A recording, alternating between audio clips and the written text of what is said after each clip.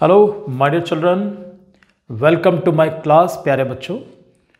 और आज अपनी इस क्लास के अंदर और आज के सेशन के अंदर जो हम क्वेश्चन करेंगे बेटा, that is question number 5 exercise 8.1। बहुत अच्छा क्वेश्चन है और इससे पहले वीडियो के अंदर मैंने क्वेश्चन 4 मैंने एक्सप्लेन किया था। तो मैं एक बात यहां पर आपसे शेयर करूंगा स्टार्ट क्वेश्चन शुरू करने से पहले कि अगर आपको प्रॉपर्टीज अच्छी तरीके से मालूम है, सारी प्रॉपर्टीज, तो प्यारे बच्चों एक क्वेश्चन को सॉल्व करने के कई सारे तरीके होते हैं। आप क्वेश्चन कैसे भी निकाल सकते हो। पता चला कि आपके सब्जेक्ट टीचर ने क्वेश्चन किसी और तरीके से किया और बच्चे ने उसको और अच्छे तरीके से कर दिया। राइट, मैं बच्चों के ऊपर ट्रस्ट ज्यादा करता हूं, बच्चे टीचर से अच्छा काम कर सकते हैं। क्लियर? तो उम्मीद करता हूं आप उसके अंदर और नए नए आइडियाज निकालो और नई नई चीज सीखो। आप लोग सोचो क्या सर ने क्वेश्चन ऐसे करा था, मैम ने क्वेश्चन ऐसे कराया था क्लास के अंदर, हम इसके अंदर ऐसा और बेटर कर सकते हैं। और फिर अपने टीचर से डिस्कस करो इस चीज को कि सर हमने इसको ऐसे सोचा है। क्लियर? तो हो सकता है 2-4 माइंड जब मिलेंगे ना टीचर के बच्चों के, तो नई नई चीज निकल के सामने आएंगी। तो आज मैं क्वेश्चन करने जा रहा हूं आपके लिए और इस क्वेश्चन को पहले पढ़ लेते हैं। क्वेश्चन में हमारे पास गिवन क्या है और फिर करते शुरू। क्वेश्चन बेहद आसान बेटा। क्वेश्चन की लैंग्वेज पे ध्यान दो, फोकस करो कि show that if the diagonals of a quadrilateral, word ध्यान देना, क्वाड्रिलेटरल है, कभी समझ जाओ parallelogram, are equal and bisect each other at right angle. साफ कह दिया कि दोनों diagonals are equal and they bisect each other at right angle, then it is a square. हमें इसको स्क्वायर शो करना है बच्चों। सबसे पहले बड़े ध्यान से नोट करो हमें गिवन क्या है इसमें।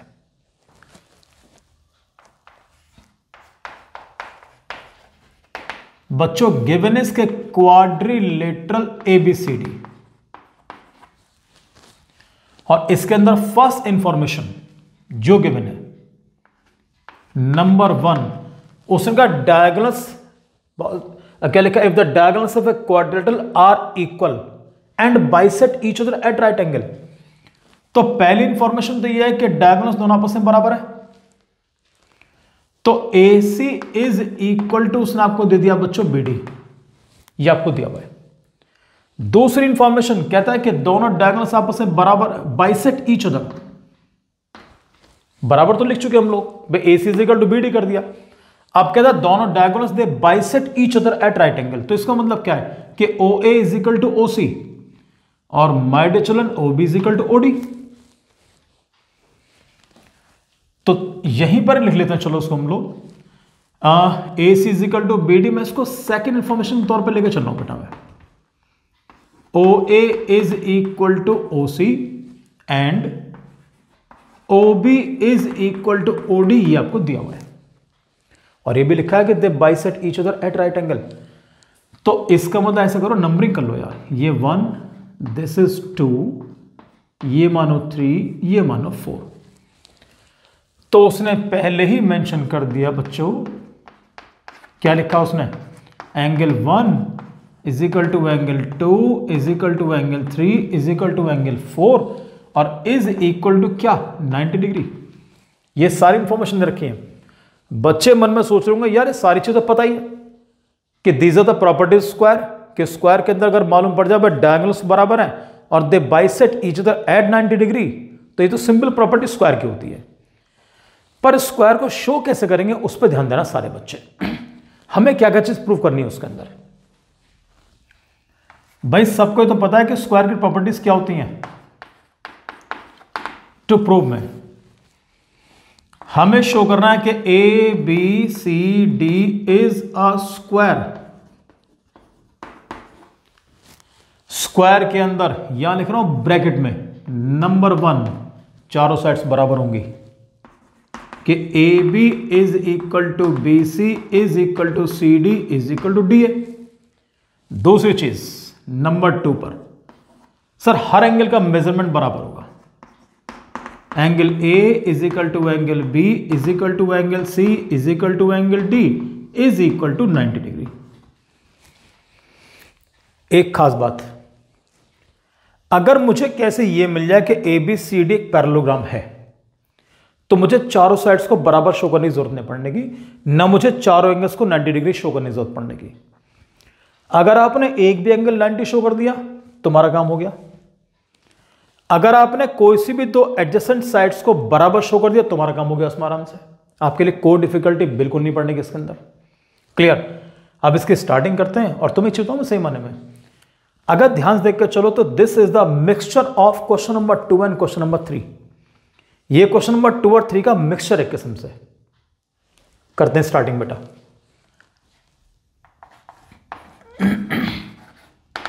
प्रूफ करने के लिए बड़ा ध्यान देकर चलो। पहले शो करते हैं साइड्स को बराबर हम लोग। चलो जी, तो साइड्स को बराबर शो करने के लिए मेरे मन में क्या रहा यार कि हम ये दो ट्रायंगल्स कॉन्वेंट शो करेंगे, ए ओ बी और सी ओ बी। इन triangles A O B and कौन सा सी ओ बी। हमारे पास तीनों पॉइंट्स हैं प्यारे बच्चों। एक तो मालूम है ओ ए इज इक्वल टू क्या, ओ सी। नंबर 1 हमको मालूम है इसमें कि O A is equal to O C. This is given. Second point हमारे पास क्या, angle 3 is equal to angle 4 या angle 4 is equal to angle 3, each 90 degree. लीजिए angle 4 is equal to angle 3, 90 degree each. Third point क्या मिलेगा, side O B, this is common. Point number 3, O B is equal to O B, this is common side. तीनों points मिल गए, हमारे triangles congruent हो गए। So therefore triangle AOB is congruent triangle COB by which property. मालूम है कौन सी प्रॉपर्टीज करोगे, बाय SAS। जब ट्रायंगल्स हमारे कॉन्वेंट हो गए उसके बाद सबको मालूम है corresponding parts of congruent triangles are same. तो यहां पे ध्यान देना, A B is equal to क्या बनेगा, C B. Therefore A B is equal to बन गया सी B by C P C T, corresponding parts of congruent triangles. तो I got A B is equal to ये मुझे मिला।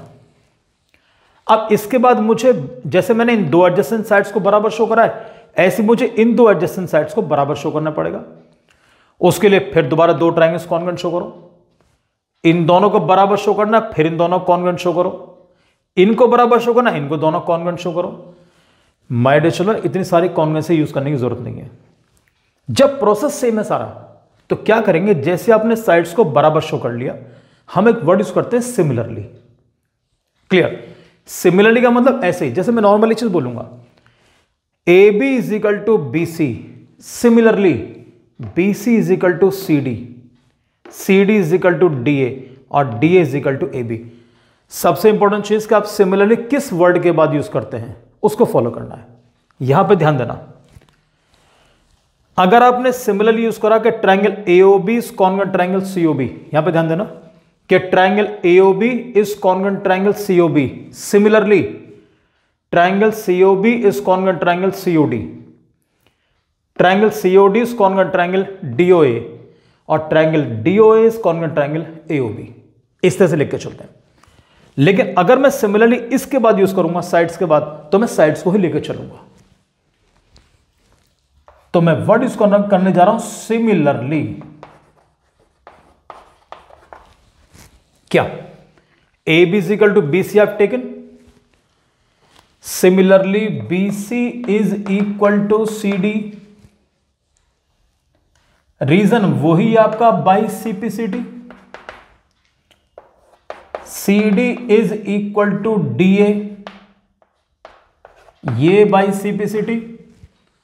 और भैया डी ए किसके बराबर आएगा बोलो, and D A is equal to क्या मिला, ए बी। ओहो, B C is equal to C D, C D is equal to D A और D A is equal to A B. इसका मतलब क्या हुआ, चारों साइड्स बराबर हो गई तुम्हारी। Therefore, let me write here AB is equal to BC is equal to CD is equal to DA। ध्यान, कुछ पल्ले पड़ रहा है क्या हो रहा है इसके बाद में। तुम्हें चारों साइड्स बराबर मिल गई और एक प्रॉपर्टी शुरू मेंशन करके उसने गिवन है कि diagonals of a quadrilateral are equal, तो कह दिया उसने bisect each other at right angle. दोनों डायगोनल्स एक दूसरे को राइट एंगल पर बाइसेक्ट करते हैं, चारों साइड्स बराबर भी हो चुकी हैं। तो do you know what is the name of that quadrilateral in which all sides are equal and diagonals bisect each other at right angle? क्या फिगर बनती है? That is a rhombus. तो यहां लिख दो उसको। अच्छा, बट इट इज गिवन कर दो, कोई दिक्कत नहीं है। But it is given that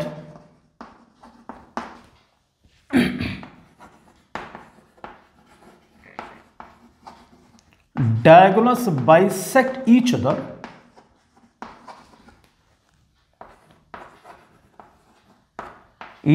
at 90 degree. चारों साइड्स बराबर भी हो चुके हैं, डायगोनल से दूसरे को 90 डिग्री पर बाइसेक्ट भी कर रहे हैं। So therefore A B C D is a rhombus. एक चीज तो क्लियर होगी, यानी आपको साइड्स पैरेलल मिल गई हैं बच्चों। अब तुम्हें कोई दिक्कत नहीं पड़ने की इसके बाद में। अब ध्यान दो, हमने सब कुछ यूज कर लिया, हमने अभी तक इसका इस्तेमाल नहीं करा, ए सी इक्वल टू बी डी का। इसका यूज कैसे करोगे? ये रहा ए सी और ये रहा बी डी। अब हमें करना क्या है, हमें दो एंगल्स को मतलब 90 डिग्री कैसे शो करना है। क्वेश्चन नंबर 3 याद करना, या क्वेश्चन नंबर 2 के अंदर जिसमें रेक्टेंगल शो किया था हम लोगों ने, तो बिल्कुल एग्जैक्टली वही लेकर चलेंगे। उसके लिए हम कौन से दो ट्रायंगल्स कॉन्वेंट शो करेंगे? यही कर लेते हैं, आराम से हो जाएगा हमारा काम। देखो बेटा, इन ट्रायंगल ए बी सी और triangle B A D, these two triangles are to be taken. In triangles जो पहले लिखना चाहो, चलो पहले ए बी सी कर लेते हैं। इन triangles A B C and B A D, इन दो ट्रायंगल्स को कॉन्वेंट कैसे शो करेंगे हम लोग?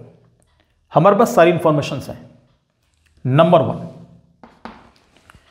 ए बी सी, पहले तो कॉमन साइड ही देख लो, कोई दिक्कत वाली बात है, कॉमन चलो बाद में कर लेंगे हम लोग।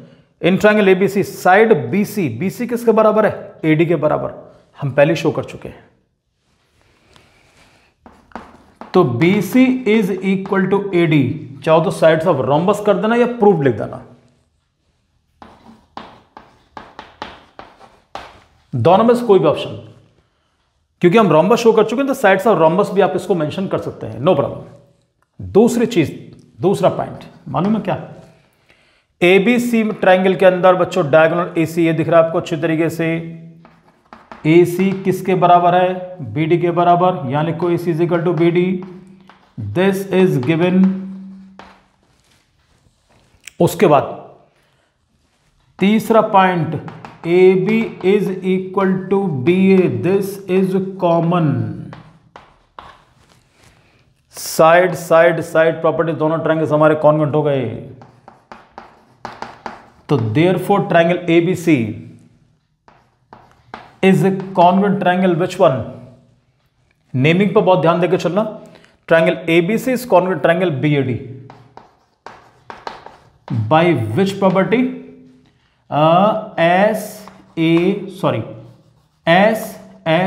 एस कॉन्वेंसी। देखो नेमिंग अभी चेक कर लो। A B is equal to B A, yes A B is equal to B A. बच्चों B C is equal to A D, yes B C is equal to A D. एक और बच के क्या? A C is equal to B D. Order आपका perfect होना चाहिए। जब दोनों ट्रायंगल्स तुम्हारे कॉन्वेंट हो चुके हैं तो करस्पॉन्डिंग पार्ट्स बराबर होंगे। ठीक, अब करस्पॉन्डिंग पार्ट्स बराबर में क्या करेंगे हम लोग? ट्रायंगल ए बी सी का देखो तीनों साइड तो कवर कर दी हम लोगों ने। इसका मतलब ये होगा बाकी जो रिमेनिंग एंगल्स है वो भी हमारे आपस में बराबर होने चाहिए।